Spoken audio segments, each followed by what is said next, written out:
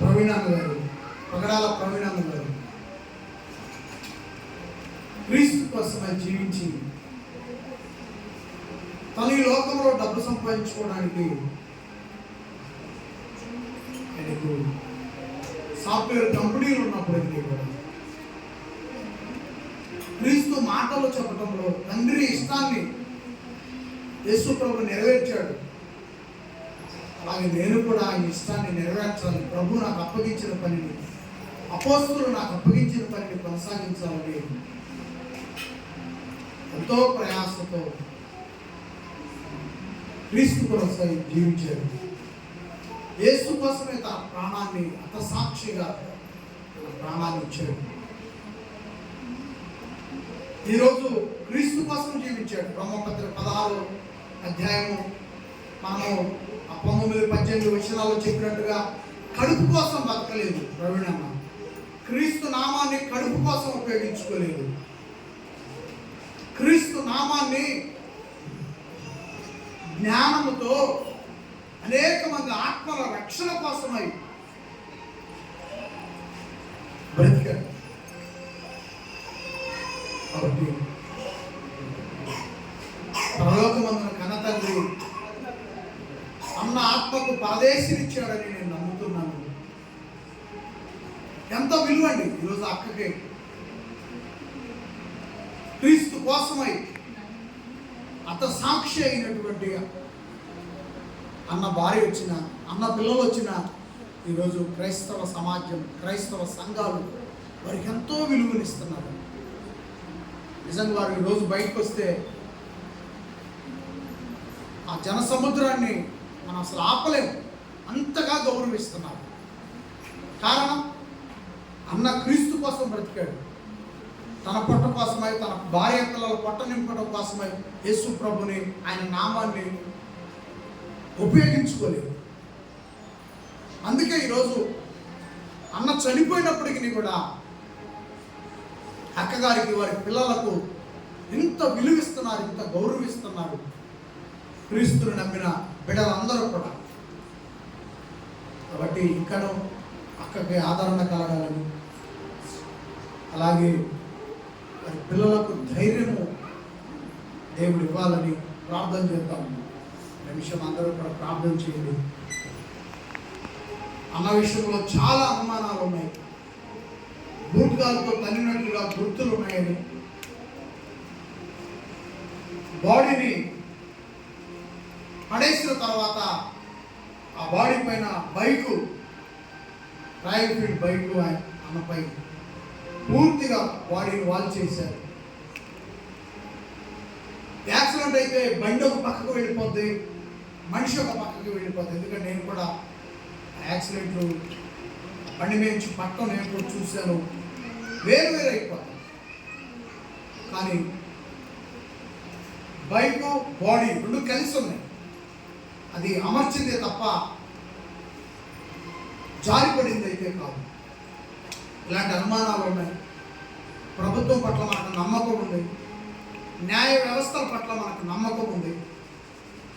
వారంతా కూడా ఏకతాటిగా మంచి విచారణ జరిపించి క్రీస్తు కొరకై బ్రతికినటువంటి అన్న విషయంలో న్యాయమైన తీర్పు రావాలని విషయాలన్నిటి గురించి ప్రార్థన చేయండి. ప్రేమగిరిగిన వాక్యాల తండ్రి, యేసు ప్రభు ద్వారా స్తోత్రములు చెల్లిస్తున్నాను తండ్రి.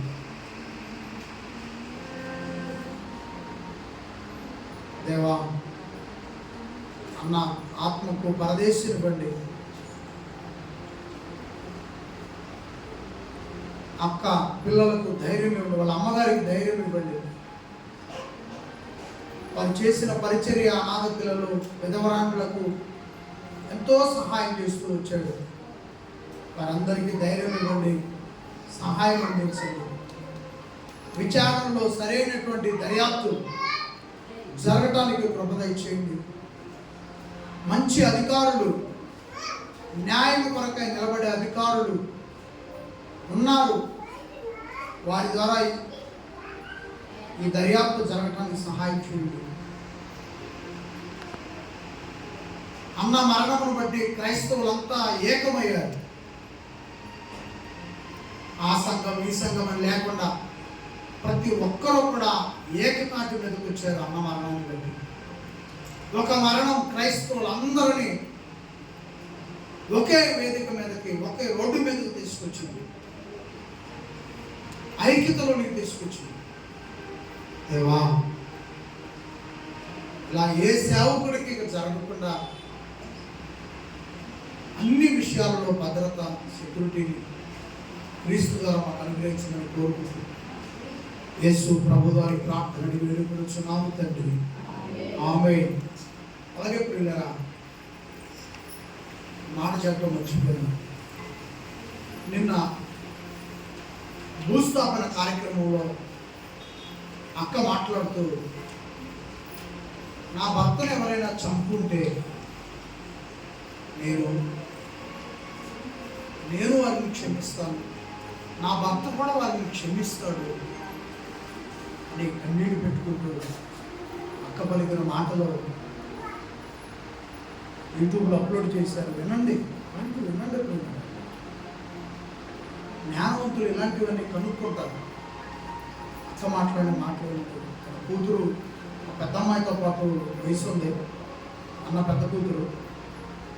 అసలు అక్కడ తండ్రి బాడీ వచ్చేప్పటికి మట్టిలో కలుస్తుందని అక్కడ ఎదురుగా దేవాలయంలో ఉంటే యేసుక్రీస్తు గురించి ఎంత గొప్పగా చెప్పారనుకుంటున్నాం. యేసుక్రీస్తు గురించి చనిపోయిన భర్తని అక్కడ పెట్టుకొని అక్క ఎంత ఉన్నతంగా యేసు ప్రభు గురించి చెప్పింది. చనిపోయిన తండ్రిని ఎదురుగా పెట్టుకొని ఆయన కూతురు ఎంత గొప్పగా చెప్పిందో యేసు ప్రభు గురించి. దయచేసి అలాంటి వినండి. వారి గురించి మీ అనుదిన ప్రార్థనలు జ్ఞాపకం చేసుకోండి. అవసరమైన రోజు మీకు 10,000 వచ్చే పనైనా సరే ఆ రోజు విడిచిపెట్టండి. అన్న కోసమై మనం ఏదైనా ఒక కార్యాచరణ చేపట్టినప్పుడు ఖచ్చితంగా అందరూ బయటకు రండి. ఇదే మనం చేసే క్రీస్తు కోసం. దయచేసి అర్థం చేసుకోండి. నాకంటే పెద్దవాళ్ళు ఉన్నారు కాబట్టి క్రైస్తవంలో మన ప్రాంతంలో వాళ్ళు ఏదైనా ఒక నిర్ణయం తీసుకుంటే నేను ఖచ్చితంగా ఆర్థికంగా వారికి సహాయం చేస్తాను. మనమంతా వెళ్ళి కూడా మనం సహాయం చేద్దాం ఆ కార్యక్రమానికి, సరేనా? ఆర్థికంగా కూడా మనం సహాయం చేద్దాం.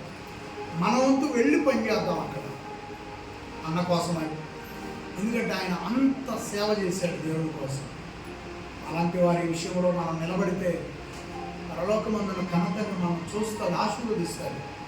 నేను అనుదిన ప్రార్థన జ్ఞాపకం చేసుకొని మన ప్రాంతంలో ఉన్న క్రైస్తవ పెద్దలు ఏదైనా నిర్ణయం తీసుకుంటే అది మనకు తెలుసుద్ది. తెలిసినప్పుడు మనం కట్టుబడి మనం చేయాల్సింది కూడా చేద్దాం. ఏమో?